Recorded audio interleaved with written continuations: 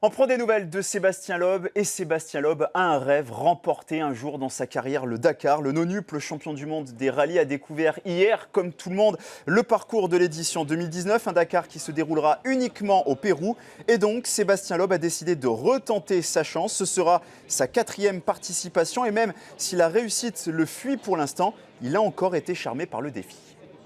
No, it was not sure, but at the end we have a few months later. You keep the nice pictures, the nice memories of the adventure, and so finally, it gave me the motivation to come back.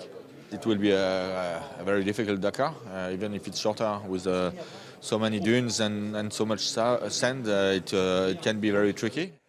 Et à l'occasion de cette présentation du Dakar 2019, Laurent Samet a rencontré un pilote moto amateur qui va découvrir pour la première fois le Dakar. Rencontre avec Julien Tognuti, un Lyonnais de 37 ans. J'étais un petit peu le vilain petit canard, on va dire, de la famille, puisqu'en fait, personne ne fait de la moto dans ma famille. Et du coup, je suis arrivé un petit peu sur le tard en ayant une mobilette à 14 ans, une 125 à 16 ans, une moto à 18 ans. J'ai ensuite ouvert un magasin de moto à 23 ans. Et puis, de fil en aiguille, j'ai découvert un petit peu le monde de la compétition. Je suis un peu spécialiste des courses sur route, avec des courses un peu extrêmes comme le Tourist Trophy sur l'île de Man. Et du coup, voilà, j'avais jamais roulé, en tout cas jamais fait une course de cross, jamais fait une course d'enduro, jamais roulé dans le sable avant qu'on me propose ce projet. Donc je suis vraiment novice et débutant en rallye raid.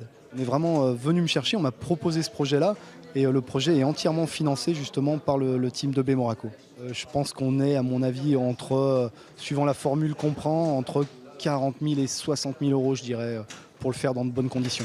L'objectif, c'est uniquement d'arriver au bout, de voir la ligne d'arrivée, de terminer. Ce sera déjà pour moi, on va dire, extraordinaire. Ne venant pas du tout terrain, n'ayant jamais fait de course de cross, d'enduro et jamais, on va dire, roulé dans le sable avant d'avoir participé au Merzouga au mois d'avril, qui était la course qualificative justement pour participer au Dakar.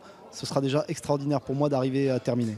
Il y a 2 choses qui me font peur en fait. Ça va être la condition physique et savoir si je suis capable d'aller au bout de cette épreuve, parce que c'est une épreuve où il faut beaucoup d'endurance, et la partie technique, parce qu'on est sur une épreuve qui est 100% Pérou, avec 70% de sable, annoncé en tout cas, beaucoup de dunes, et là il faut quand même un bagage technique assez important. Maintenant j'espère que je me serai assez entraîné pour arriver au bout, et voilà, la réponse on l'aura le 17 janvier.